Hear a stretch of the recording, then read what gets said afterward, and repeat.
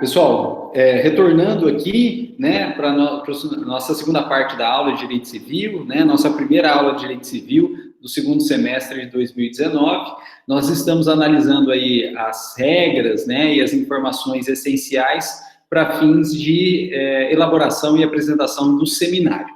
E nós havíamos parado justamente respondendo a pergunta da Kitty, no sentido de que quem vai ser o apelante e quem vai ser o apelado. E aí eu disse para vocês que, na verdade, quem é apelante e quem é apelado independe de quem é autor ou quem é réu. Porque, na verdade, os critérios são diferentes, né? Autor ou réu a gente analisa na petição inicial e apelante e apelado, independente de quem seja o autor ou réu, a gente analisa na sentença, para verificar, na verdade, quem ganhou e quem perdeu.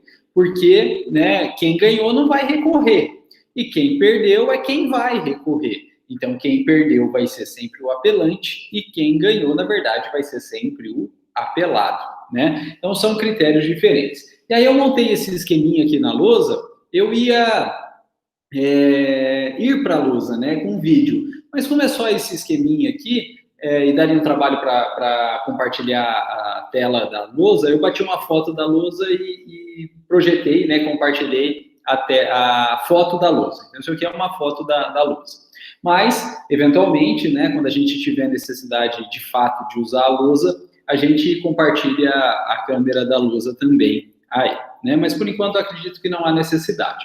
Olha lá, pessoal. Autor e réu, a gente verifica na petição inicial. Autor é quem entra com a ação e réu é contra quem se entra com a ação. E aí o processo vai tramitar e ele vai chegar ao final, em primeiro grau, com uma sentença. E essa sentença, pessoal, ela pode ser sentença de procedência e sentença de improcedência, né? Na sentença de procedência, significa que o pedido do autor é procedente, faz sentido. Ou seja, na sentença de procedência, o autor ganhou e o réu perdeu. Então, se vocês verificarem que o acórdão fala que a sentença de primeiro grau foi uma sentença de procedência, significa que os pedidos do autor são procedentes e, com isso, o autor ganhou e o réu perdeu. Pessoal, se o autor ganhou, não faz sentido ele, autor, recorrer, porque ele já ganhou. Maravilha, top de linha, né? Não tem por que ele recorrer. Mas o coitado do réu perdeu. O coitado do réu perdeu. E se o réu perdeu, é ele, réu, que vai recorrer. Então, veja só. Na sentença de procedência, o autor ganha e o réu perde. Se o réu perde, o réu recorre. O réu apela. Então, o réu vai ser o apelante e o autor vai ser o apelado. Na sentença de procedência, o réu perdeu, então o réu apela, o réu é o apelante, e como o autor ganhou, ele fica quieto, o autor, ele não faz nada, ele não apela, ele é o apelado, é contra ele, autor, que foi interposto o recurso. Agora, pessoal, na sentença de improcedência, inverte. Na sentença de improcedência, os pedidos do autor são improcedentes. Os pedidos do autor não procedem, não tem nada a ver. Então, o juiz não acatou os pedidos do autor. Se o juiz não acatou o pedido do autor, o autor perdeu. E como o processo é um conflito entre autor e réu, se o autor perdeu, quem vai soltar foguete? O réu.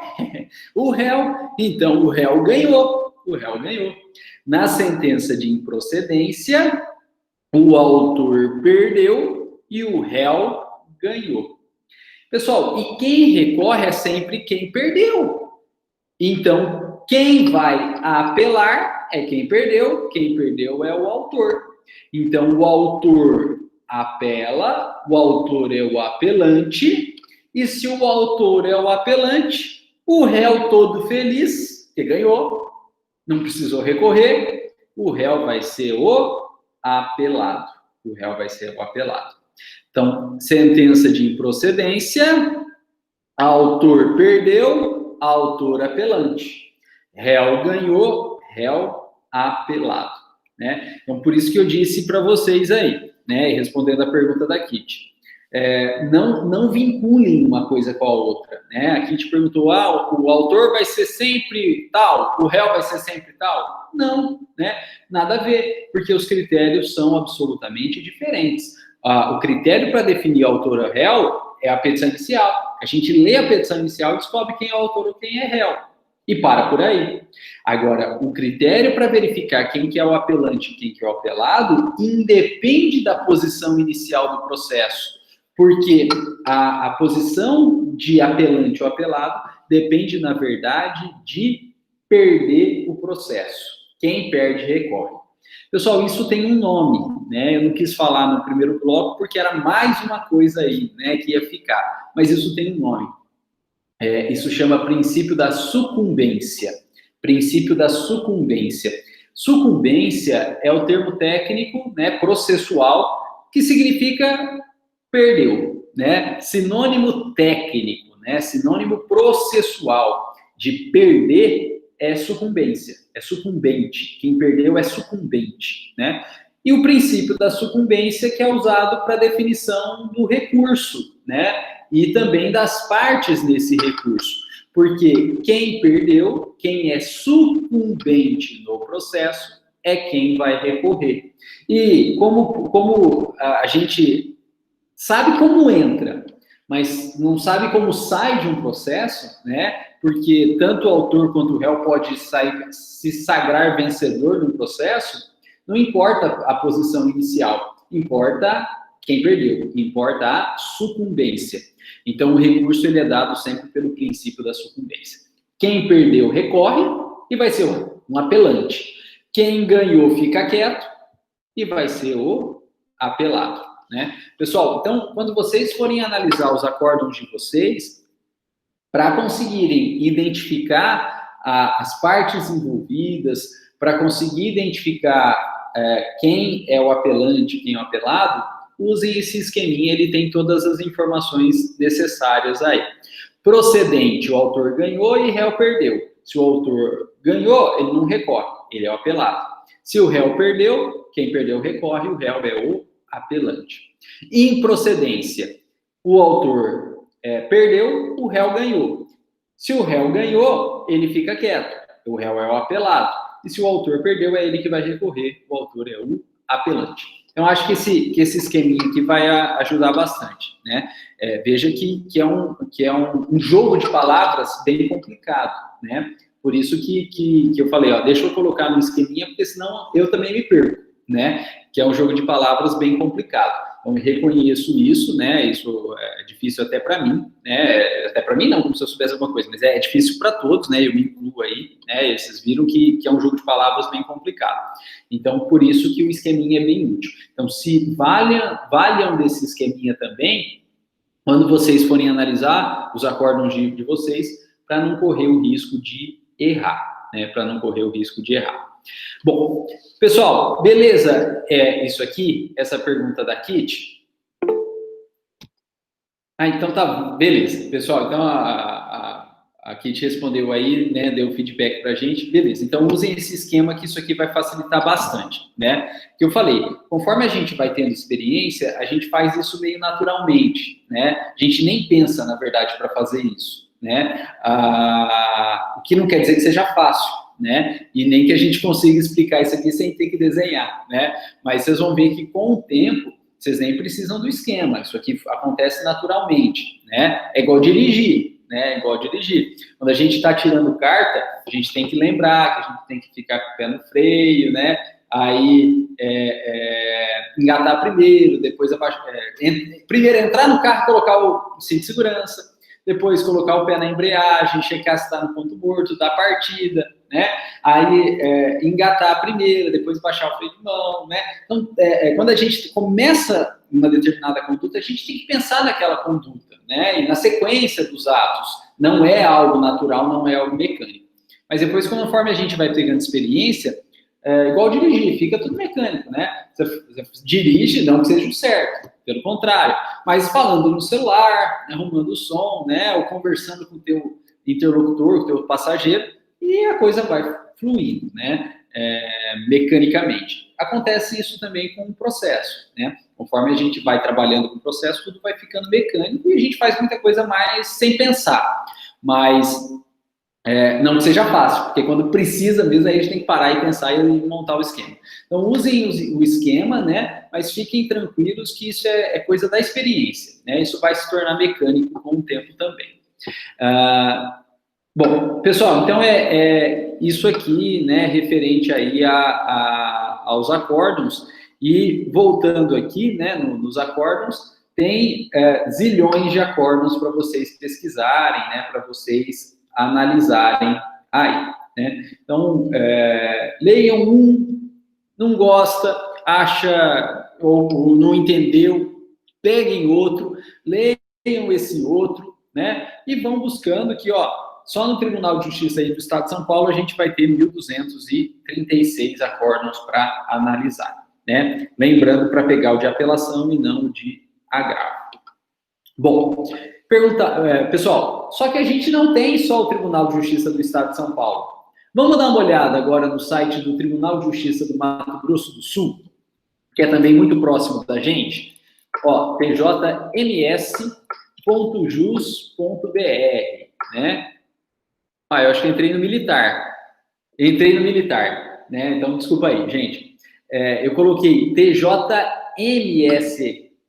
né? TJMSP, que é Tribunal de Justiça Militar de São Paulo. O TJMSP é Tribunal de Justiça Militar do Estado de São Paulo, né?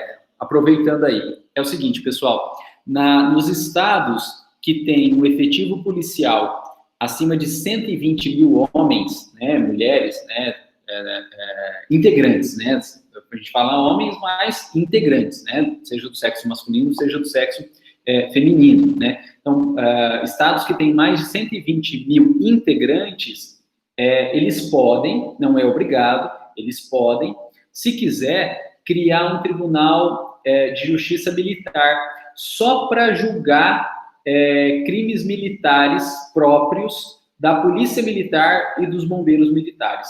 E o Estado de São Paulo tem, né, o TJM, Tribunal de Justiça Militar, só julga crimes militares próprios praticados por policiais militares e por bombeiros militares, né? Então, esse é o site que a gente entrou aqui, né, do Tribunal de Justiça Militar. Mas não é isso que a gente quer. A gente quer do TJ do Mato Grosso do Sul. Então, tjms.jus.br.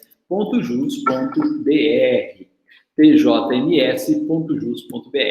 Pessoal, olha o site aqui do Tribunal de Justiça do Estado do Mato Grosso do Sul.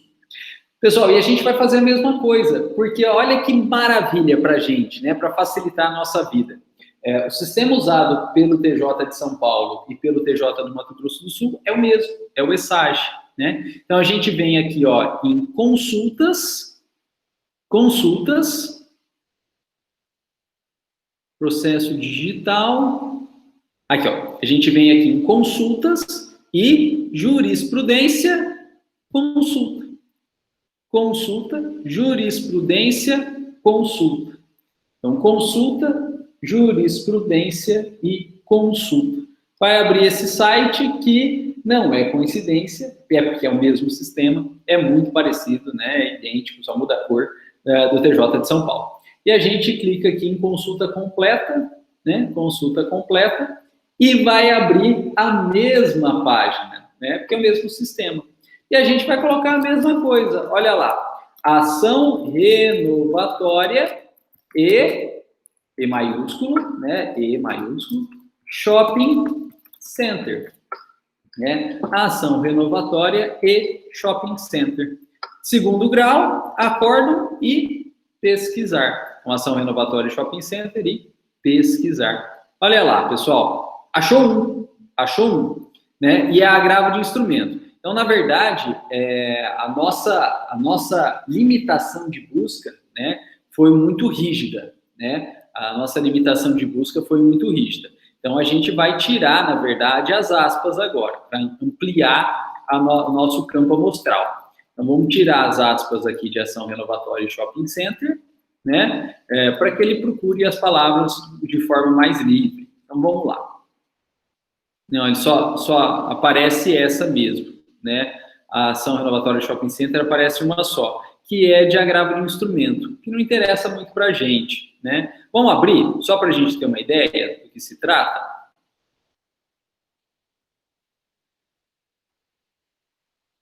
Aí, pessoal, olha aqui o acórdão, né, do Tribunal de Justiça do Mato Grosso do Sul. Ele é um pouquinho diferente a formatação, mas tem o mesmo conteúdo, né? Tem o mesmo conteúdo. Então, só que aqui é de agravo de instrumento. Olha só, pessoal, a ementa. Olha a ementa aqui. O que a ementa fala? Fala que agravo de instrumento, ação revisional de contrato, locação de sala comercial, shopping Campo Grande, iminência de despejo, tutela antecipada, consignação de aluguéis, possibilidade, presença dos requisitos autorizadores. Pessoal, olha só, como eu disse, o agravo de instrumento, ele se refere a uma decisão interlocutória, uma decisão específica, né? Ela não analisa todos os elementos do processo. E aqui, ó, é um agravo de instrumento de tutela antecipada. Provavelmente o autor da ação quis depositar o valor dos aluguéis, que é o termo técnico para consignação. Consignação significa depósito no processo do valor do aluguel. Então, o autor queria depositar os aluguéis no processo. Muito provavelmente o juiz de primeiro grau não aceitou esse depósito, né? Não aceitou esse depósito, estranhamente. E aí, o autor, então, provavelmente interpôs um agravo de instrumento para que, ao julgar o agravo do instrumento, o tribunal obrigasse o juiz a aceitar a consignação dos aluguéis. E foi justamente isso que aconteceu. Olha só, decisão reformada. Toda vez que aparecer o termo reformada em processo, significa que a decisão anterior, que a decisão inicial, a decisão que foi recorrida, ou contra a qual se recorreu, ela foi alterada, né? Então, reforma de uma decisão é alteração daquela decisão.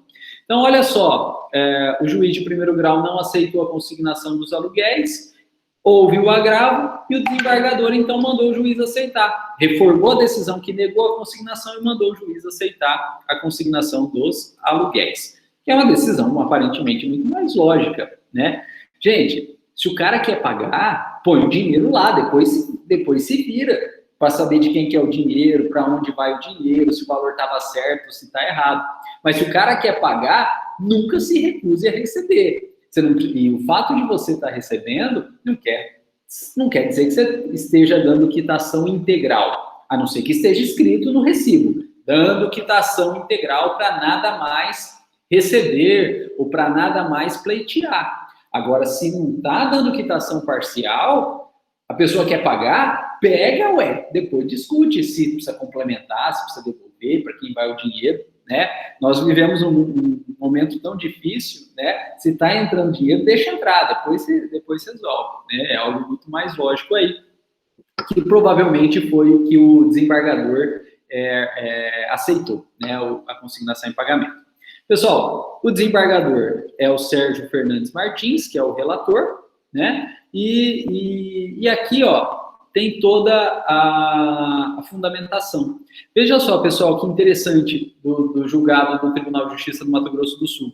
Está expresso o que é o relatório, né? Então, o que eu disse para vocês, ó, ele começa por um relatório. Aqui não, aqui está escrito expressamente, muito mais fácil, né? Muito mais lógico aí. Ele já diz que é o relatório. É um relatório. E o desembargador, então, Sérgio Fernandes Martins, que é o relator, ele vem, relata tudo o que aconteceu no processo aí, né?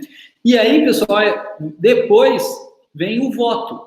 No voto, traz-se os argumentos, então, do desembargador, para ele poder decidir, né? Então, no voto, se traz os argumentos do desembargador relator para ele poder decidir. E vamos ver que aqui no final, ó, lembra que eu falei para vocês da expressão identificadora de uma conclusão? Diante do exposto, exposites, aqui o desembargador usa em face do exposto. E esse trecho final, que vem em face do exposto, é o dispositivo, é a decisão final dele. Não, peraí. Ah, não, ó, não, desculpa. Pessoal, ali, ó, ele estava reproduzindo o trecho da sentença, desculpa. Aqui, ó, em face do exposto, ele estava reproduzindo o trecho da sentença que indeferiu, né? E se a gente continuar, o próprio acórdão diz para a gente onde está a decisão. Olha que legal que é o acórdão do Tribunal do Mato Grosso do Sul. Ele facilita a nossa vida, porque ele já identifica, né, as partes dentro da decisão. Ele diz qual é o relatório, ele diz qual é o voto, qual é a argumentação, e ele diz ao final qual é a decisão. Então, olha aqui a decisão, pessoal, que interessante. Já vem ao final, né? Então, rejeitaram o pedido, né, no mérito, deram provimento ao recurso. Né, deram provimento ao recurso. E qual que é? Aqui, ó, ante o exposto, dou provimento ao agravo do instrumento interposto por Mujica e Companhia Limitada, ME, para reformar a decisão hostilizada e conceder a tutela antecipada, permitindo a consignação dos valores na forma pretendida. Então, permitiu a consignação. Muito mais lógico, né? Se o credor tem direito de receber e ele se nega, o erro não é do devedor, o erro é do credor. Então, o credor recebe, depois ele discute, né? Então, recebeu aí. Pessoal, mas veja que, como eu disse, né, o agravo, ele é de um ponto muito específico do processo. A gente não tem ideia do processo inteiro lendo um agravo, né? Porque ele tem um cabimento, né, muito restrito aí. Por isso que é interessante evitar agravo de instrumento. Vamos tentar deixar, então, ó, só ação renovatória. Vamos ver quantos acórdãos aparecem de ação renovatória lá no Tribunal de Justiça do Mato Grosso do Sul. Agora sim, ó, 243 recursos, né, e acórdãos. E veja só, pessoal, nós temos, o primeiro é de embargo de declaração, também não é interessante. O segundo é de apelação. Olha aqui, pessoal, né, apelação. Então, tentar priorizar aí recurso de apelação, né? Agora, esse recurso de apelação é mais complexo, né? Porque, ó, falência, né? Ele trabalha com falência. Então, claro, vai ter que dar uma pesquisada, né? Digamos assim, vai ter que dar uma garimpada, né? Para achar um acórdão realmente interessante, né? Olha aqui, pessoal, esse aqui é bom, ó. O 10º que apareceu para a gente. Olha aqui, é claramente de ação renovatória, do município de Nova Andradina, né? Município de Nova Andradina. E aí tem a ementa. Olha a ementa. Apelação civil, ação renovatória de contrato de locação. Pedido de desistência da ação após a apresentação da contestação. Possibilidade, ausência de discordância. Olha só que coisa interessante. O autor entrou com a ação e após a contestação do réu, pediu a desistência da ação, né? Pediu a desistência da ação. Por que será? Não sei, né? Não sei, né? Muito, muito diferente, né? O autor entrar com a ação e pedir a desistência da ação. Provavelmente o juiz acatou, mas condenou em honorários, né? E mandou pagar. E aí quem perdeu, quem foi condenado em pagar honorários não quer pagar. Então provavelmente o recurso deve ser referente a honorários advocatícios aí, né? Bom, pessoal, vamos procurar mais um aqui, ó. Ó, esse aqui é muito bom, hein? Esse aqui é muito bom. Olha lá, pessoal. Esse acórdão aqui é excelente. Do município de Campo Grande. Esse acórdão aqui é excelente. Por quê? Olha lá, pessoal. Olha a ementa. Apelação civil. Ação renovatória de contrato de locação comercial. Cessão do contrato. Ausência dos requisitos legais para a renovação compulsória. Improcedência. Ou seja, o lojista entrou com ação renovatória contra, né, o proprietário. O lojista entrou com ação renovatória do contrato de locação contra o proprietário. E sabe o que aconteceu? No Tribunal de Justiça do Estado de São Paulo, do que a gente viu, nenhum tinha acontecido isso. Isso aqui é novidade. Sabe o que aconteceu? O lojista perdeu. O lojista perdeu. O juiz entendeu que não havia requisito legal para renovar o contrato. Ou seja, não renova, o contrato está extinto e o lojista que entrou com ação vai ter que pegar as trouxinhas dele e se mudar de lá. Já era, né? Ele vai ter que se mudar de lá. Então, veja, todos os outros acórdãos que a gente tinha visto, em especial do TJ de São Paulo, a gente tinha visto a procedência, mandou renovar. Nesse acórdão aqui no TJ do Mato Grosso do Sul, não mandou renovar. Não mandou renovar. Então, foi julgado improcedente. Improcedente. Sem ver mais nada, pessoal. Só com a informação que o lojista entrou com ação renovatória e a ação foi julgada improcedente. Quem que é o apelante e quem que é o apelado? Se for julgado improcedente, o autor perdeu. E, consequentemente, o réu ganhou. Né? Então, nesse caso aqui, o apelante é o autor. O apelante é o autor. E o apelado, né, é o réu. Então, o apelante é o autor, é o lojista, é o inquilino, é o locatário. O autor é o lojista, é o inquilino, é o locatário. E o réu, né, é o proprietário. O proprietário ganhou, então ele, réu, fica quieto.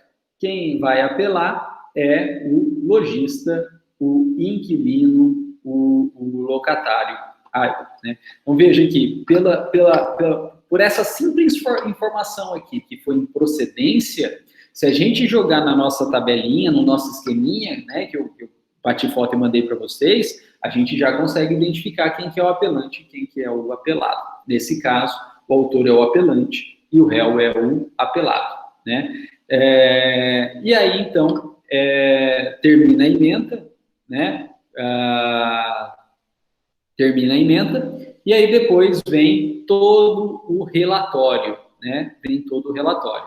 Então, ó, pessoal, trata-se de apelação interposta pela American Tower do Brasil, concessão de infraestrutura, contra a sentença proferida nos autos da 7ª Vara Civil de Campo Grande, de ação renovatória.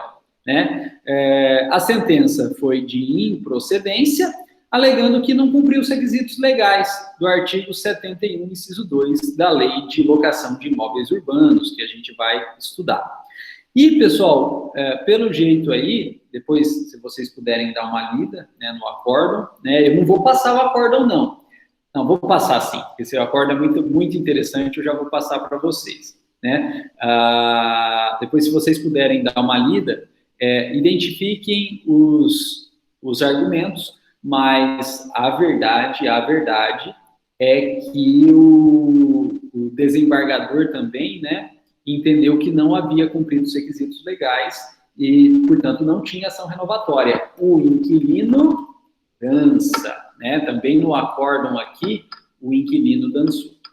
Pessoal, eu consigo mandar um arquivo para vocês por aqui, no Google Meets? Será que é possível no chat? Alguém sabe? Acho que não, né? Acho que o Google Meets não permite a gente encaminhar arquivo. Tem um anexo aqui, vamos ver. Não. Infelizmente eu não consigo, né? Então vou tirar o compartilhamento da tela, vou mandar no grupo de WhatsApp da sala esse acórdão. Muito interessante porque é improcedência, né? E no Tribunal de São Paulo a gente não tinha achado nenhum acórdão aí de improcedência. Então vale a pena dar uma lida nesse acórdão aqui, né? E interessante porque a improcedência, ela decorreu também de falta de requisitos legais. Nós vamos estudar todos os requisitos legais, né? E a improcedência, então, decorreu aí de falta de requisitos legais. Pessoal, então eu encaminhei aí para o grupo da sala, né, o de WhatsApp, o acórdão, interessante se vocês puderem dar uma lida, né? E agora, então, pessoal, a gente pode finalizar respondendo a pergunta do Vinícius, né? Afinal de contas, o que a gente vai precisar fazer? Né? Afinal de contas, em que consiste o nosso trabalho, em que consiste o nosso seminário? Pessoal, a ideia é o seguinte, que vocês localizem esses acórdãos, que vocês estudem esses acórdãos e que vocês apresentem esses acórdãos para a turma, né? Da mesma forma que eu fiz aqui. Vocês baixam o acórdão no computador de vocês, compartilham aí a tela, né, de vocês e apresentem para a gente o acórdão. Fala, olha, trata-se de uma ação renovatória, né, movida pelo fulano de tal, contra o fulano de tal, e conta o que aconteceu nessa ação renovatória, né, para a gente ter uma ideia. Ó, ela foi julgada improcedente, e julgada procedente o réu apelou. Ó, ela foi julgada improcedente, e julgada improcedente o autor apelou. E trazer para a gente os argumentos do autor, do réu, né, ou do apelante ou do apelado, mas né, melhor aí, né, os argumentos do apelante e do apelado, e também a decisão final, né, para a gente ter uma ideia do que acontece na vida, né. Por que eu estou fazendo isso, pessoal? Porque na nossa região é muito raro, né, assim, sendo sincero, na nossa região é muito raro ter ação renovatória, né, e um dos motivos é desconhecimento da própria ação renovatória, e o outro motivo é que às vezes a pessoa até conhece, só que como a ação renovatória ela tem requisitos muito rígidos, quando a pessoa, o inquilino, pensa em mover essa ação renovatória, já era, já passou os requisitos, ele já não cumpre mais os requisitos. E aí, então, ele não tem mais direito à ação renovatória. Né? Se ele entrar, ele vai perder a ação renovatória, então, na prática, acaba nem entrando. Né? Isso é muito ruim, porque o inquilino, né, acaba perdendo a sua locação, acaba perdendo o seu ponto comercial. Né? E eu já tive vários casos que os inquilinos me procuraram, mas quando eles me procuraram, já tinha passado os requisitos legais e não podia entrar mais, não podia fazer mais nada. E aí a pessoa ficava, né, falando, mas eu vou ter que sair então? Infelizmente não tem mais o que fazer. Se você tivesse me procurado, né, 6 meses antes, depois a gente vai ver por que essa ideia dos 6 meses, se você tivesse me procurado 6 meses antes, a gente até podia ter o que fazer. Mas você me procurando agora, com o contrato normalmente já vencido, contrato de locação já vencido, não tem mais o que a gente possa fazer, né? E aí cabe nós, como advogado, dar a notícia ruim, né? E não tem mais o que fazer. Então a pessoa às vezes tinha o direito, tinha interesse, mas por desconhecimento ou da ação ou dos requisitos legais, acaba perdendo esse direito e não tendo mais o que fazer. Né? Então é importante a gente ter uma ideia geral disso aí para propagar, né? Veja que nos grandes centros, né, isso é bem comum. A gente jogando aqui no Tribunal de Justiça de São Paulo, a gente achou São Bernardo do Campo, São Paulo, nós jogamos no TJ do Mato Grosso do Sul, nós já achamos um acórdão aí de Campo Grande. Então, isso é algo bem comum nos grandes centros, né?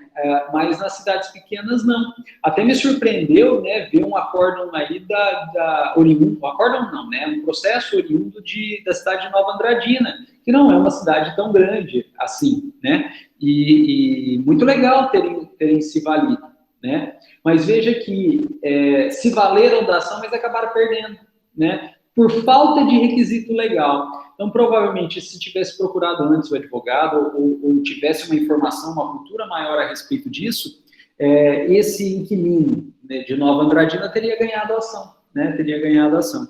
Então, é algo bastante importante que a gente tenha esse conhecimento, né? E é um conhecimento prático, né? Por isso que a opção é a análise de acórdãos, né? Para que a gente tenha esse conhecimento prático aí. E, pessoal, o segundo motivo é que vocês já estão indo para o 3º ano. Vocês já tiveram bastante aí de processo, né? Teoria geral do processo, estão entrando em processo civil, então está na hora também, né, de analisar processo. E como eu disse, analisar processo, aprender processo, Só quem faz, tem que pôr a mão na massa. Não dá para aprender processo trancado no quarto lendo livro, né? Fica muito abstrato, fica muito vazio. A gente só começa a conseguir entender processo quando a gente trabalha com processo, quando a gente visualiza processo.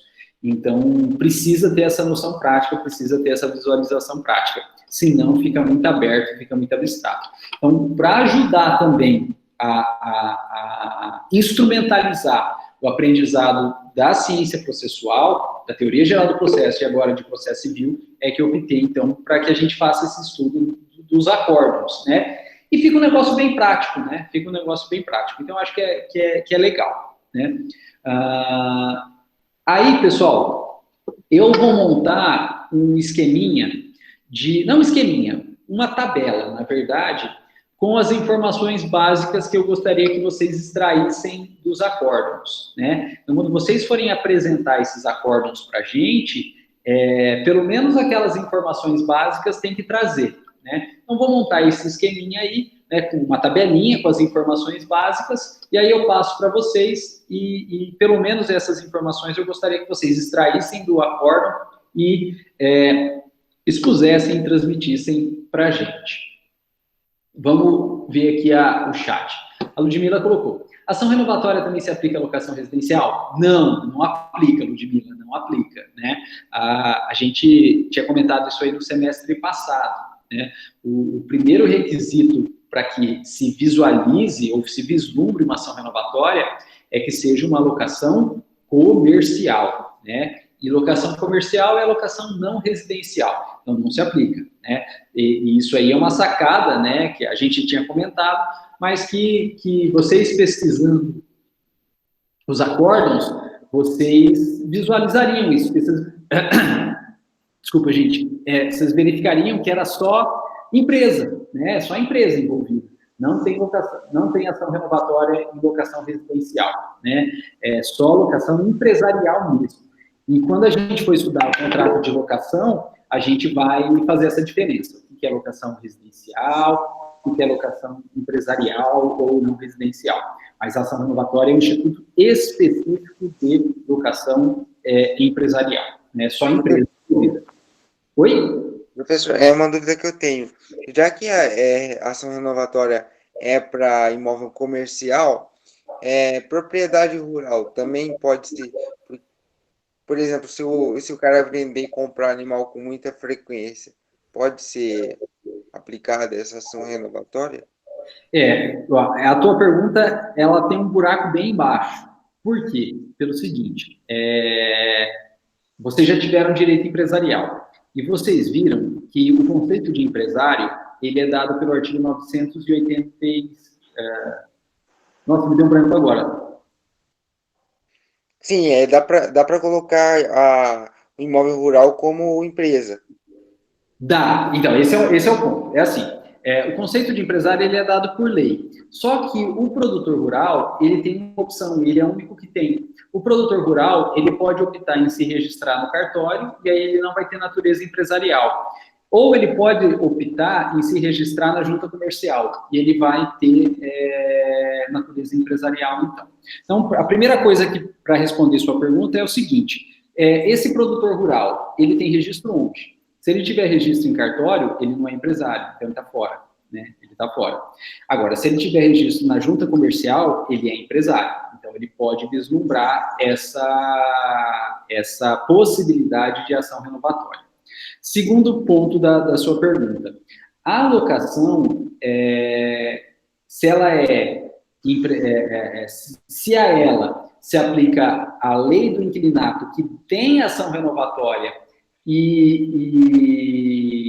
ou não se aplica o Estatuto da Terra, ela independe da localização.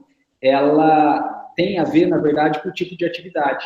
Então, na verdade, você pode, independente se é um imóvel rural, mesmo que seja um imóvel rural, se for um imóvel rural para fins de moradia, aplica a lei do inquilinato, né, que é a lei 8.245, que tem ação renovatória. Agora, se for uma locação para atividade rural, Só que, e aí a gente não usa nem o nome locação, a gente usa o nome arrendamento, porque é o nome técnico do Estatuto da Terra, aplica o Estatuto da Terra. E no Estatuto da Terra não tem previsão de ação renovatória, né? Então, na verdade, na atividade rural propriamente dita, não tem ação renovatória. Não vai ter ação renovatória, porque aplica o Estatuto da Terra.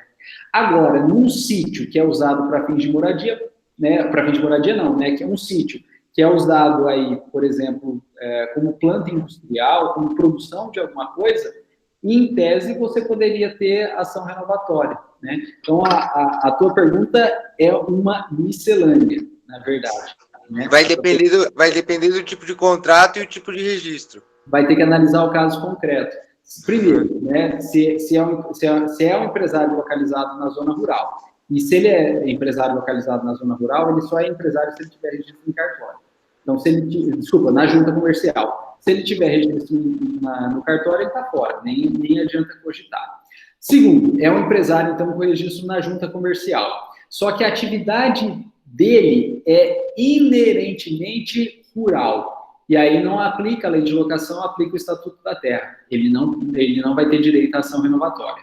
Agora, se, apesar de ser um empresário rural, e apesar de ser no meio rural, a atividade que ele exerce não é uma atividade tecnicamente rural, é uma atividade, de certa forma, urbana, como manufatura, como produção, né? Aí ele pode vir a ter, aí ele pode eventualmente aplicar a lei de locação e aí ele pode eventualmente ter ação renovatória aí, né? Então, tem que analisar o caso concreto, porque veja que tem várias variáveis aí que a gente vai ter que ir excluindo para descobrir se tem ou não tem esse direito, né? Então, é algo complicado. E aí, pessoal, olha só, já que o Vinícius levantou essa dúvida, e essa dúvida é muito pertinente, e, na verdade, ela depende do caso concreto, das peculiaridades do caso concreto, a gente vai ter uma missão no seminário aí. Quem sabe a gente não acha um acórdão de ação renovatória no meio rural? Já pensou? Né? Então, fica aí, né, a tarefa de casa, né? Procurar uma ação renovatória em meio rural.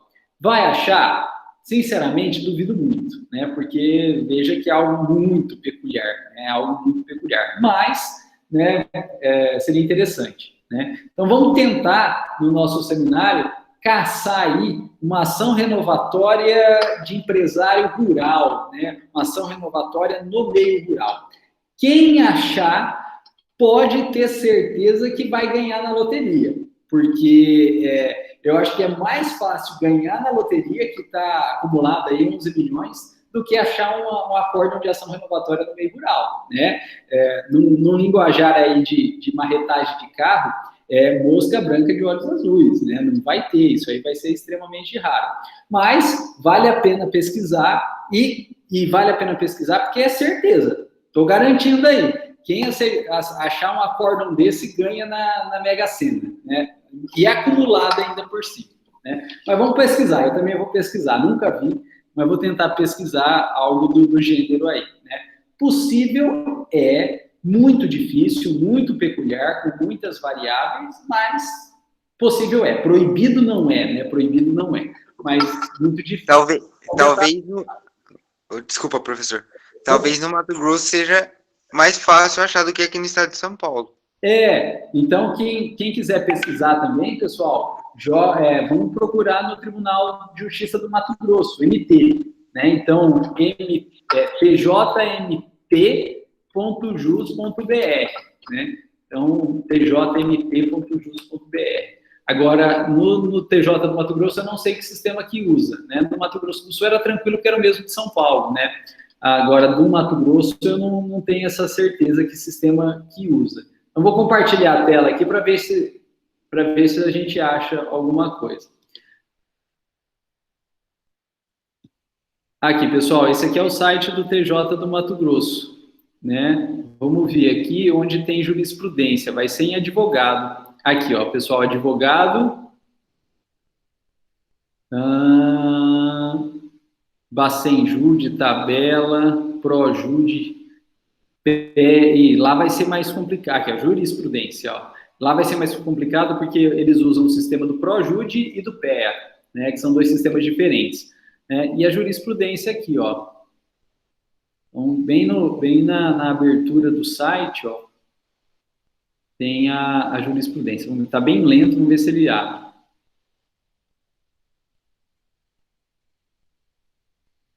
Aí, ó, o sistema é diferente. Aí vocês vão vir aqui, ó, acórdão e decisões judiciais. Acessar. Não responder agora. É diferente, né? Vamos ver aqui, ó. Ação renovatória e rural. Vamos ver se a gente acha alguma coisa. Em todos. Ó, embargo de declaração, edificação rural, ação declaratória de extinção das obrigações, ação de revisão de contrato, não é renovatória, é a ação de revisão de contrato, ação declaratória. Então, eu vou tirar o termo ação, vou deixar só renovatória e rural, vamos ver se acha.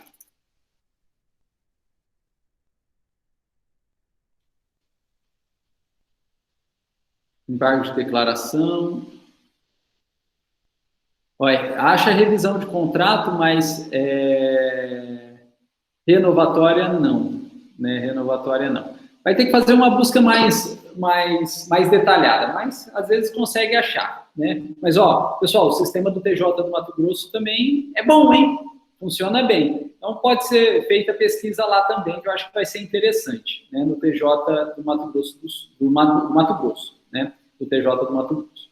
Bom, pessoal, então eu vou montar um esqueminha e aí eu vou passar para vocês a tabela com as informações básicas dos acordos. Bom, pessoal, todo mundo entendeu isso aqui? Todo mundo... alguém tem alguma dúvida a respeito dessa sistemática? Alguém quer alguma pergunta? Bom. Professor? Oi? A gente vai ter que fazer alguma coisa escrita ou é só apresentar mesmo? Não, seminário, é só apresentar. Eu acho que seria interessante vocês compartilhar a tela com o acordo, para a gente ir acompanhando também, para vocês irem mostrando para a gente, né? Mas não precisa fazer nada escrito, não. A ideia é o seminário mesmo, né? Tudo oral. Você já tem uma data que a gente vai apresentar? Não. Então vamos ver. Olha só, pessoal, como é um trabalho um pouquinho complexo, né? Eu pensei em grupo, né? Eu pensei em grupo. Se for um grupo muito grande, grupos muito grandes fica sempre gente sem falar, né? Então eu pensei em grupo de 2 até 3, né? Grupo de 2 até 3, né? Então se vocês puderem aí já se dividir em grupos de 2 e 3 para já iniciar a elaboração desse trabalho. Não precisa me passar de antemão quais serão os grupos, né? Não precisa. Por quê? Porque como vai ser uma apresentação, eu vou falando, olha, que grupo que quer apresentar agora? E vocês vão se candidatando, né? E aí, na hora de apresentar, vocês falam, ó, professor, quem está falando aqui é o Vinícius, né? E eu vou pegar os nomes que estão na tela para mim. Olha, quem está falando aqui é o Vinícius, né? O meu grupo sou eu, Vinícius Bock, né? A Kit, a Petrolha e a Ana Luísa Martins. Beleza, eu vou anotar aqui o grupo e aí vocês já começam apresentando esse seminário, né? Até porque, pessoal, é algo bem informal, né? A ideia é que vocês falem, a ideia é que vocês pesquisem, se forcem, na verdade, a pesquisar o acordo, porque é algo prático e a gente precisa lidar com isso a nossa vida, né, como profissional do direito inteira. Então, é informal, mas que tem objetivo, acho que grande aí, né? Mas não precisa nada por escrito, não precisa passar os nomes antes, vocês se dividem aí, né, em grupos de 2, 3, e na hora da apresentação vocês me passam o nome, eu vou anotando e a gente faz, na verdade, vocês apresentam e a gente faz um bate-papo, né? A ideia é localizar esses acordos aí. E o Vinícius, né, que vai localizar um acórdão de ação renovatória no meio rural, né?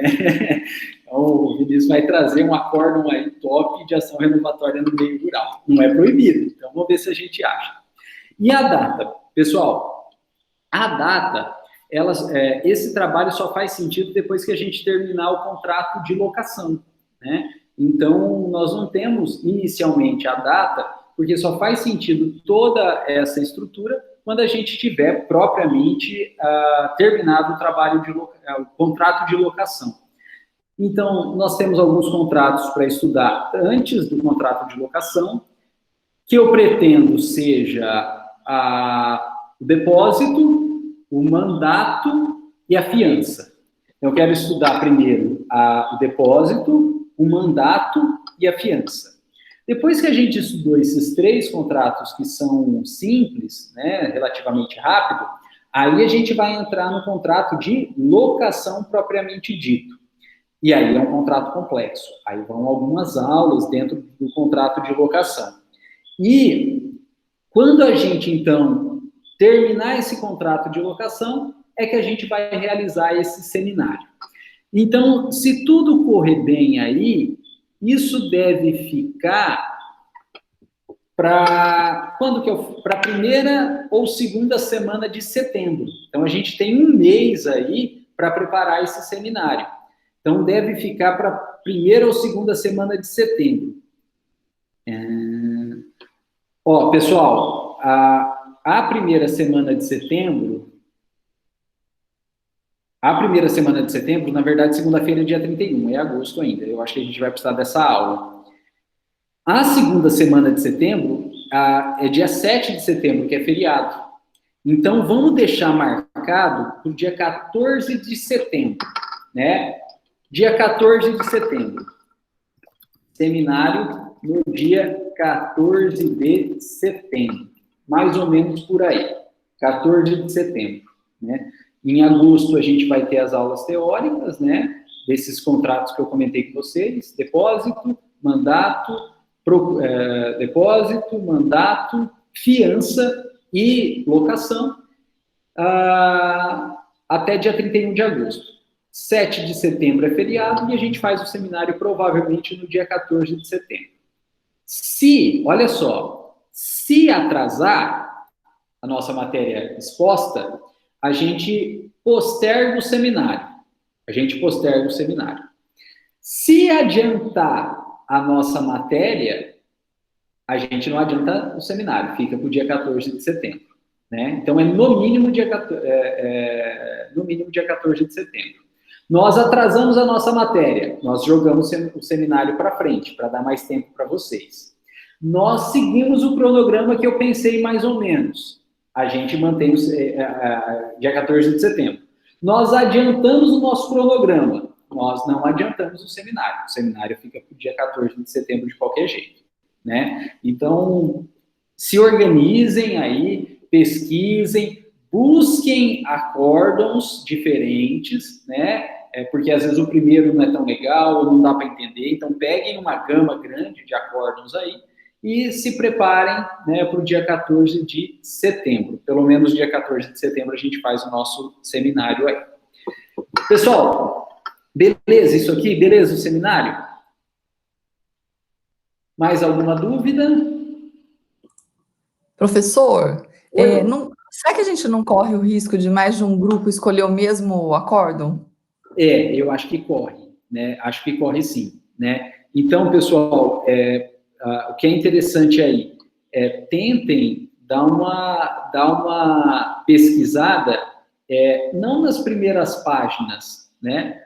Vai dando sequência. Então, você localiza acórdão, aí no TJ de São Paulo mostrou 1.200. Não pega logo a primeira página, vai para a segunda, vai para a terceira e tentem pegar acórdãos um pouquinho mais antigos aí, né, para dar uma espalhada. E tentem pegar acórdãos do TJ do Mato Grosso e também tentem pegar acórdãos do Mato Grosso do Sul, porque aí dá uma variedade também, né, mas corre o risco de pegar acórdãos repetidos. Então, na verdade, também é interessante ter um plano B, né? Peguem um acórdão que vocês gostem mais, mas deixa um segundo acórdão meio tirado da cartola de algum outro tribunal, né, na mão aí para que tenha essa variedade, né? Mas também, eventualmente, se tiver acórdão repetido, isso não vai prejudicar a pessoa, porque o interessante é que a gente possa bater papo, né, aqui e expor os fatos, né? Então, também não vou prejudicar por, eu tive acórdão repetido. Agora, também, se todos os grupos pegam um acórdão só, dá a impressão que foi combinado. Então, tem sim, dá uma variedade.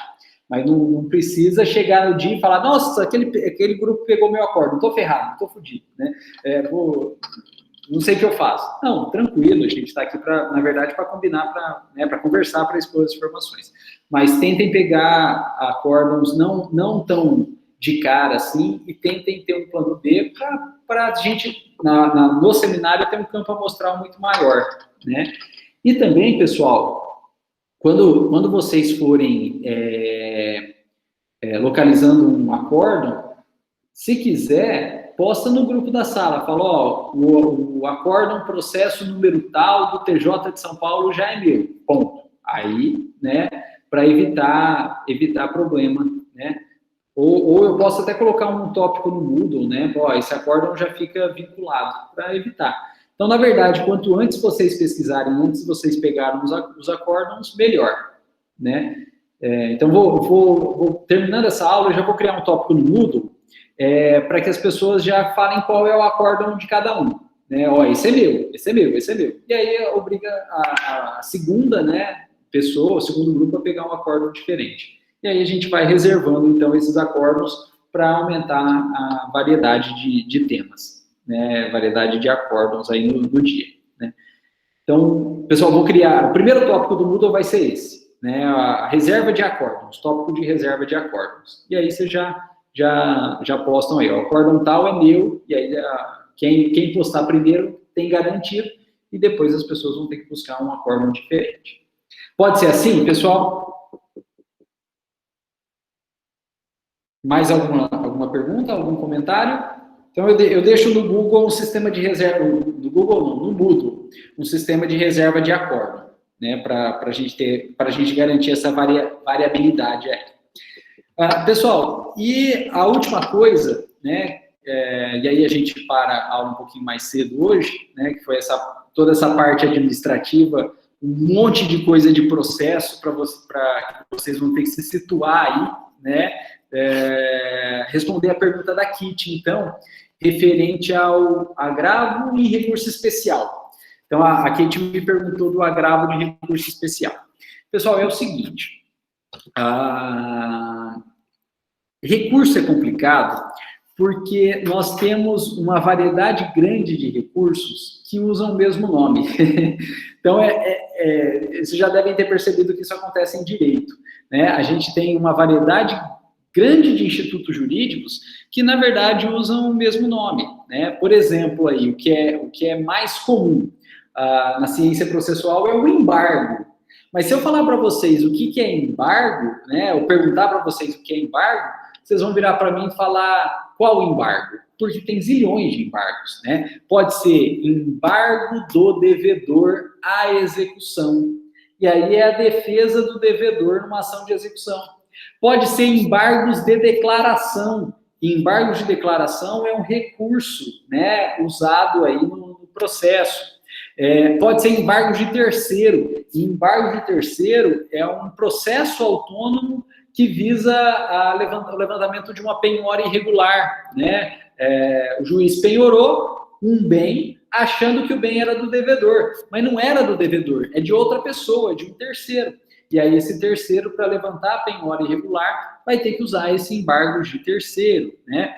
Antigamente existia um outro recurso chamado embargos no processo civil, que eram os embargos infringentes, que não existe mais no processo civil, só existe no processo penal, né? Então veja que no direito, e principalmente em matéria de recurso, a gente tem vários recursos que usam o mesmo nome, né? O exemplo é embargos. E também isso acontece com o agravo, né? Isso acontece com o agravo.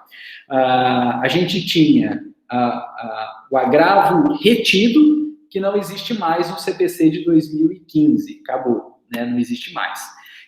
mas manteve aí o agravo de instrumento, o agravo interno e o que a Kate falou, o agravo nos próprios autos, também chamado de agravo em recurso especial e recurso extraordinário. Então, quando a gente fala de agravo, ou se eu perguntar para vocês, o que é agravo? Vocês vão virar para mim e falar qual deles, professor? Porque tem vários recursos diferentes que recebem o mesmo nome de agravo. E aí a gente vai tentar, então, especificar quais são eles, né? Pessoal, o primeiro que eu comentei com vocês, que não existe mais, é o agravo retido, né? Ele não existe mais. Ele existia no CPC de 73 e ele deixou de existir no CPC de 2015. E ele funcionava assim: proferida uma decisão interlocutória no processo de primeiro grau, a parte que não gostou, a parte que perdeu, que saiu perdendo naquela decisão interlocutória, no CPC de 73, era obrigado a recorrer imediatamente daquela decisão interlocutória. E ela recorria com um recurso chamado agravo retido. E ele chamava agravo porque era contra a decisão interlocutória. E ele chamava retido porque, apesar dele ter sido interposto, de ter se recorrido imediatamente, ele não era julgado imediatamente. Ele ficava retido, ele ficava parado dentro dos autos, até a sentença. Até a sentença. Proferida a sentença, e havendo sentença, a parte que perdeu nessa sentença, ela recorria com apelação. E a apelação pegava aquele processo do primeiro grau e levava para o segundo grau. E quando esse processo chegava no segundo grau, por vias da apelação, o desembargador que recebia a apelação, antes de julgar a apelação, ele tinha que voltar e julgar os agravos retidos, né? Então, essa era a sistemática anterior, né? No CPC de 73, proferida uma decisão interlocutória, a parte que não gostou recorria imediatamente com agravo retido. E esse era um agravo retido porque ele ficava parado nos autos de primeiro grau, ele não era julgado, até a sentença. Com a sentença, a parte que perdeu interpunha a apelação, a apelação levava o processo para o segundo grau, e o desembargador que fosse julgar a apelação, antes de julgar a apelação, ele tinha que julgar os agravos retidos que ficaram pendentes, que ficaram retidos ao longo do processo, né? E dizia-se, então, que o agravo retido, olha que interessante, era uma preliminar de apelação, né? O agravo retido era uma preliminar de apelação. Mas isso não existe mais. Isso não existe mais. Não tem mais essa necessidade de usar agravo retido, ou nem existe mais o agravo retido. Como que funciona hoje? Hoje funciona assim. Proferida uma decisão interlocutória, a parte que perdeu, ela tem hoje duas opções. Primeira opção, se for uma decisão que lhe causa prejuízo imediatamente, proferiu a decisão interlocutória, isso está lhe causando prejuízo imediatamente, como o exemplo que eu dei, o indeferimento da justiça gratuita, porque está obrigando a pessoa a pagar e ela não tem dinheiro para pagar, está causando prejuízo imediatamente, a parte que perdeu nessa decisão interlocutória, ela vai recorrer e ela vai usar o agravo de instrumento, né? Agravo de instrumento. Então, veja, se o interlocutória causa um prejuízo imediato, a parte, então, ela usa de recurso o agravo de instrumento. E esse agravo de instrumento, ele é chamado agravo de instrumento porque é agravo, porque é contra uma decisão interlocutória. E é de instrumento porque ele faz uma cópia do processo principal E essa cópia do processo principal recebe o nome de instrumento. E ele já sobe imediatamente para o segundo grau. E é por isso que precisa de cópia. Porque o processo de primeiro grau continua em primeiro grau e o agravo, com cópia desse processo, sobe imediatamente e vai para o segundo grau. E ele precisa do instrumento, ele precisa da cópia, porque com a cópia é que o desembargador vai conseguir entender o que está acontecendo em primeiro grau. Afinal de contas, o processo está em primeiro grau e o desembargador não conhece desse processo e nem tem como conhecer. Ele só vai poder conhecer se tiver cópia dos autos, né? Então, o agravo do instrumento ele é um julgamento imediato, porque causa prejuízo imediato. E ele é de instrumento porque precisa fazer a cópia do processo de primeiro grau. O processo de primeiro grau continua tramitando e o agravo do instrumento é interposto e julgado imediatamente aí com as cópias, né? Agora, pessoal, olha só. Eu disse para vocês que no CPC de 2015 não tem agravo retido, e não tem. Então, como que funciona? Se tiver prejuízo imediato, se proferir uma decisão interlocutória com prejuízo imediato, a gente usa o agravo de instrumento e sobe direto. Se proferiu, ao contrário, uma decisão interlocutória, mas não tem prejuízo de imediato, sabe o que a gente faz? CPC de 2015? No CPC de 73, a gente entrava com agravo retido. Sabe o que a gente faz agora no CPC de 2015? Nada. A gente não precisa mais recorrer, né? A gente não precisa mais recorrer, né?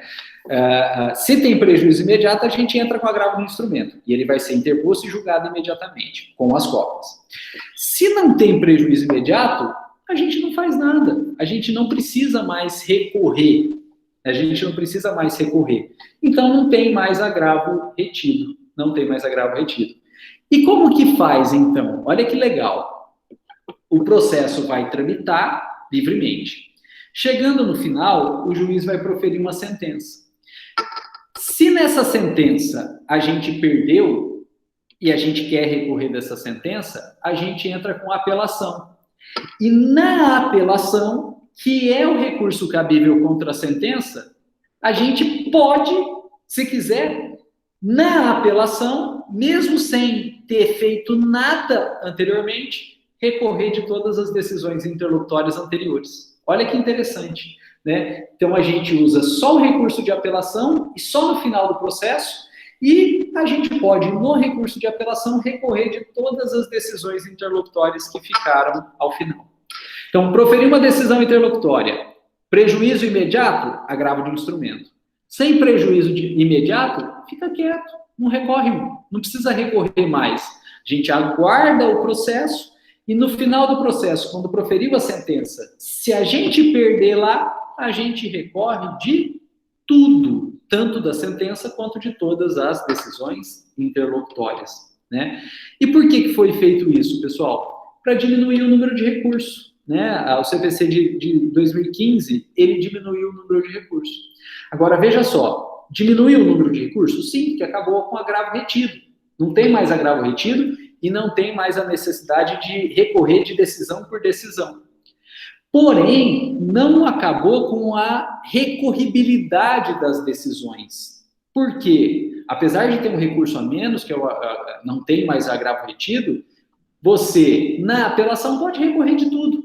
Então, mesmo tendo um recurso a menos, é possível plenamente os recursos, mesmo de decisões interlocutórias.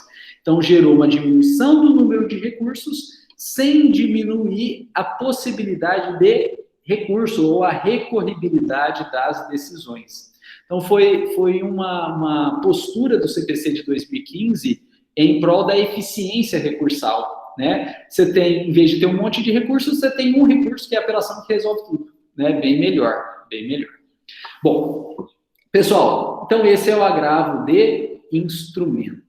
Esse é o agravo de instrumento. Bom, mas vamos continuar. Olha só, pessoal. Quando se tem agravo de instrumento ou apelação, um agravo de instrumento é contra a decisão interlocutória e a apelação é contra a sentença. Tanto o agravo de instrumento faz subir, não o processo, mas cópia, que é um instrumento, e a apelação também faz subir. Aí a apelação faz subir o processo inteiro.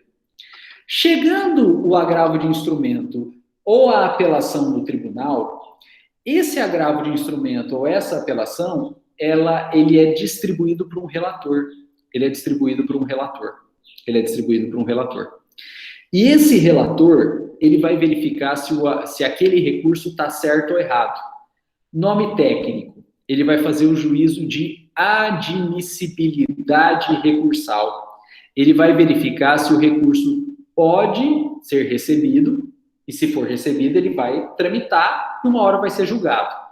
Ou se aquele recurso não cumpriu seus requisitos legais. E se ele não cumpriu seus requisitos legais, ele não vai poder ser recebido. Ele vai ser extinto ali mesmo, pelo relator mesmo, e nem vai tramitar e nem vai ser julgado.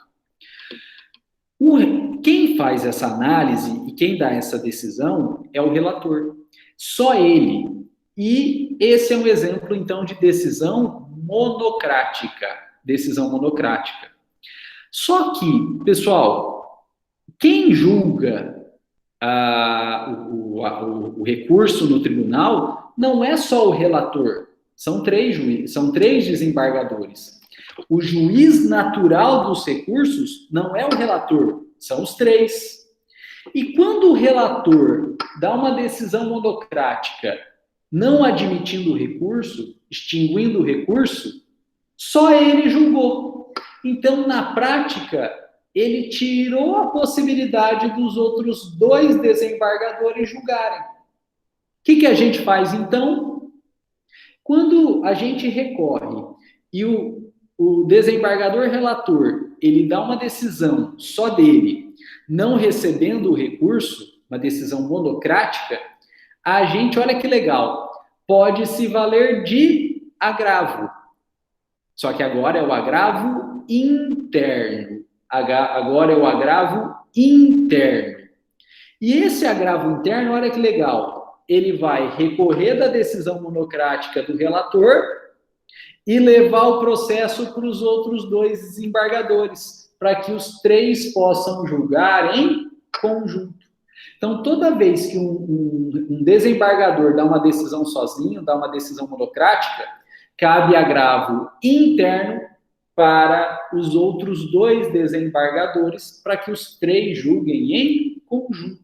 Porque o juiz natural em segundo grau são os 3, não é um só. Agravo interno. E por que ele é chamado agravo interno? Porque ele é julgado pelo mesmo tribunal, ou pelo mesmo órgão julgador. Ele não vai para outro tribunal, ele não sobe de instância, ele não muda de instância, ele fica interno, é o próprio tribunal que julgou. Né? Então, agravo interno. Aí, agravo interno. Raro, né? Não vai ter chamada não, Isabelle. Fica tranquilo, não vai ter chamada não. É raro agravo interno, mas existe. É possível aí, né? Esse é o agravo interno. É da decisão do relator para os demais desembargadores. E, finalmente, para a gente poder responder a pergunta da Kitty, o último tipo de agravo,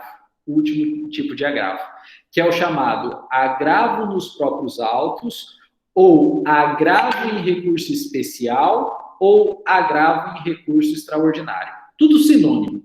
Agravo nos próprios autos, agravo em recurso especial e agravo em recurso extraordinário.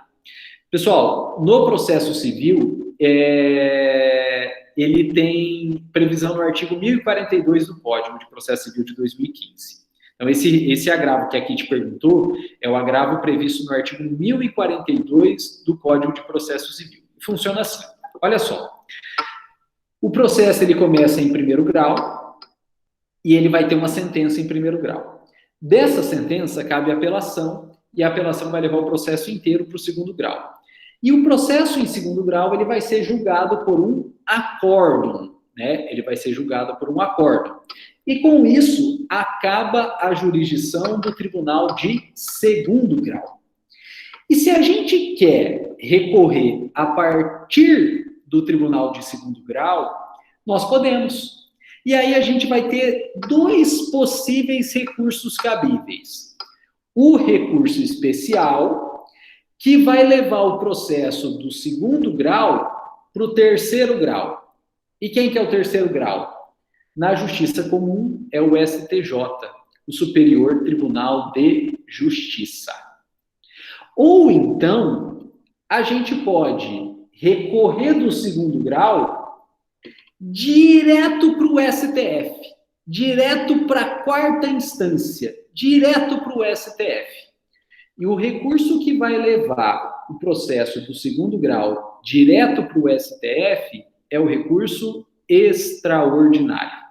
Então, se você está em segundo grau, você quer recorrer, você pode se valer de recurso especial para o STJ e você pode se valer do recurso extraordinário para o STF. Então, direto do segundo grau, recurso especial para o STJ e recurso extraordinário para o STF. O detalhe, pessoal, é que tanto o recurso especial para o STJ quanto o recurso extraordinário para o STF, eles são interpostos direto em segundo grau. Então, apesar da gente estar recorrendo para o STJ ou para o STF, a gente recorrente entra com esses recursos, interpõe esses recursos especial e extraordinário, não no STJ e não no STF. A gente interpõe esses recursos no Tribunal de Segundo Grau, no TJ, por exemplo, no TJ. E aí o TJ, o Tribunal de Segundo Grau, ele vai receber esse recurso especial e esse recurso extraordinário e vai fazer um juízo de admissibilidade. Vai ver se aquele recurso especial ou se aquele recurso extraordinário estão corretos. Se estiverem, o Tribunal de Segundo Grau recebe e o próprio tribunal encaminha para o STJ, para o STF lá em Brasília. Então, o tribunal recebe e encaminha para o STJ ou STF em Brasília. Mas isso só se o recurso estiver correto. Só se tiver superado o juízo de admissibilidade do recurso. Agora, olha só. Se não estiver correto, o Tribunal de Segundo Grau não vai receber o recurso especial e nem o recurso extraordinário. E se o Tribunal de Segundo Grau não receber o recurso especial e o recurso extraordinário, o Tribunal de Segundo Grau vai reter esse recurso lá em segundo grau mesmo. Não vai mandar nada para o STJ, não vai mandar nada para o STF, não vai mandar nada para Brasília. Vai ficar tudo no Tribunal de Segundo Grau. E aí? E aí que existe, então, o agravo nos próprios autos, o agravo em recurso especial ou o agravo em recurso extraordinário. Esse agravo nos próprios autos, em recurso especial, em recurso extraordinário, ele é interposto contra a decisão do Tribunal de Segundo Grau que reteve o recurso especial ou reteve o recurso extraordinário. E ao interpor esse agravo nos próprios autos, em recurso especial ou recurso extraordinário, na prática, esse agravo vai obrigar, olha só, vai obrigar o presidente do Tribunal de Segundo Grau a remeter os autos para o STJ ou para o STF. Ele, presidente, é obrigado. Olha o poder que tem esse agravo nos próprios autos, ou agravo em recurso especial, ou agravo em recurso extraordinário. A mera interposição dele obriga o presidente do Tribunal de Segundo Grau a remeter os autos para o STJ ou STF em Brasília. Né? Então, a gente costuma chamar esse agravo de agravo contra decisão denegatória de recurso especial ou denegatória de recurso extraordinário, ou até agravo de destrancamento, né? Agravo de destrancamento de recurso especial, recurso extraordinário. Porque o recurso especial ou extraordinário foi trancado em segundo grau, ficou retido em segundo grau, e a gente entra com esse agravo para obrigar o presidente do Tribunal de Segundo Grau a remeter os autos para o STJ e para o STF. E aí, pessoal? E aí que funciona assim. Chegando lá no STJ ou no STF, o STJ vai analisar. Se realmente o recurso especial, o recurso extraordinário era furado, não é julgado. para tudo ali. Agora, se realmente o Tribunal de Segundo Grau errou e o recurso especial era cabível, ou o recurso extraordinário era realmente cabível, além de receber o agravo, eles recebem o recurso, o STJ recebe o recurso especial, o STF recebe o recurso extraordinário e já julga, né? Já julga.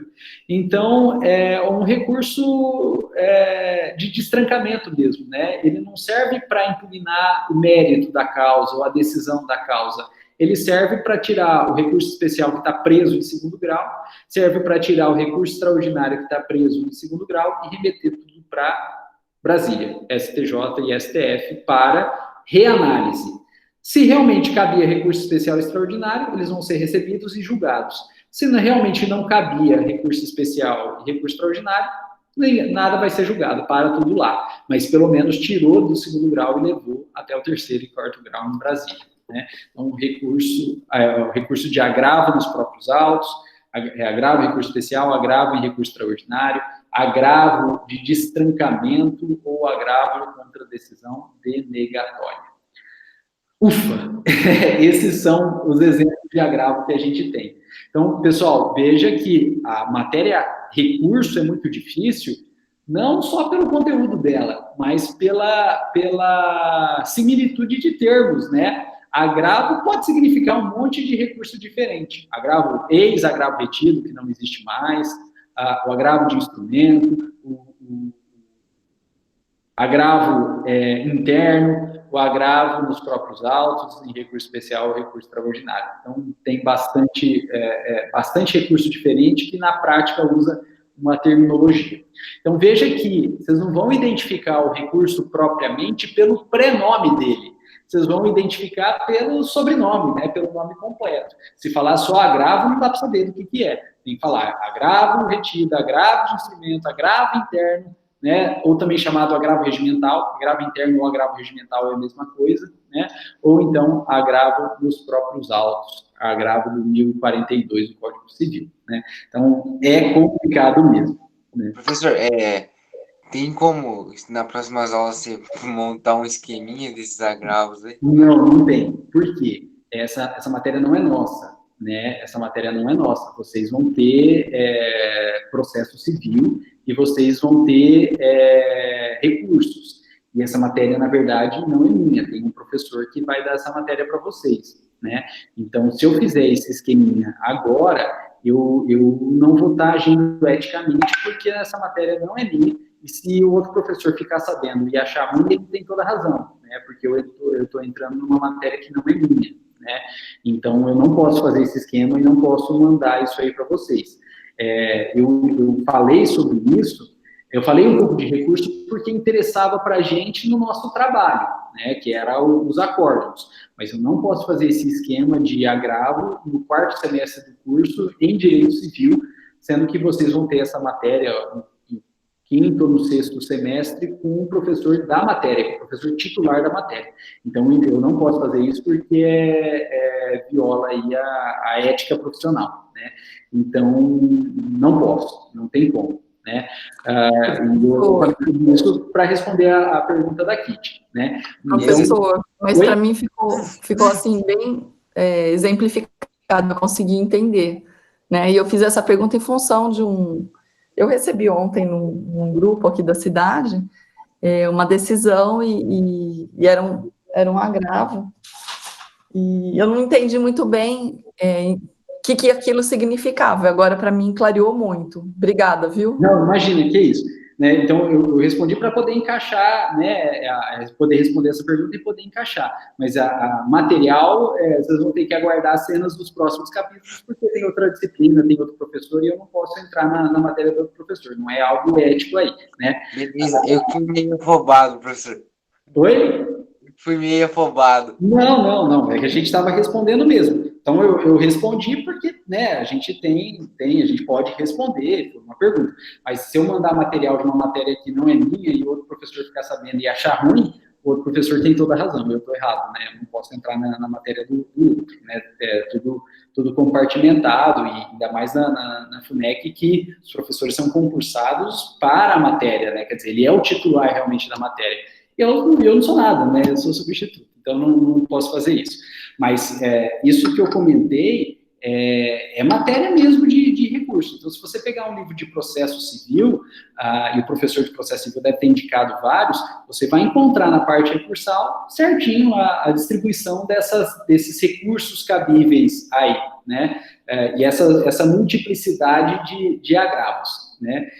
Pessoal, agravo e embargo tem para todos os gostos, né? Tem para todos os gostos. Nunca dá para identificar do que se trata se falar só agravo, se falar só embargos. Vocês vão ver que tem zilhões de instrumentos e peças processuais diferentes com o mesmo nome, né?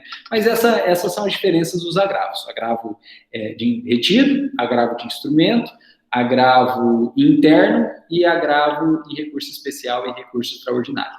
E o que a Kitty comentou aí é verdade, né? Quando a gente está começando, quando a gente não tem uma visão de todo o processo e de todos os recursos cabíveis, quando a gente lê uma decisão, normalmente o que é publicado é só a ementa da decisão, que é só o resumo, para a gente entender o que está acontecendo é sofrido, né?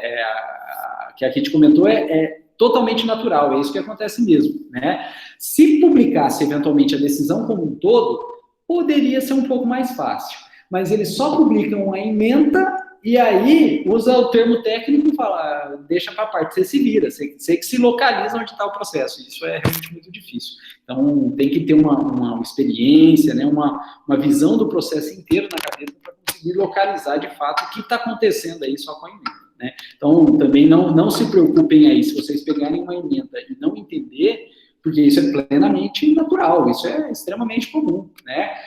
Inclusive, advogado aí, cotonete, né? Eu trabalho com meu primo, quantas vezes eu já fiz pergunta para ele, o que está acontecendo no processo? E quantas vezes ele já me fez pergunta, ele tem muito mais tempo que eu também, né? O que está acontecendo no processo? Sei lá, vamos parar, vamos estudar, vamos ler com calma, porque não dá para entender. Isso é natural, né? Isso acontece mesmo com o cotonete aí, né? Então, não se preocupem com isso, não, é natural. Bom, pessoal, então essa aula aí foi para a gente situar a nossa disciplina, né, no nosso conteúdo, já organizar esse seminário, porque não é algo fácil, né, e também para instrumentalizar vocês naquilo que vocês vão ter que estudar, que tem tudo a ver com ciência processual, né?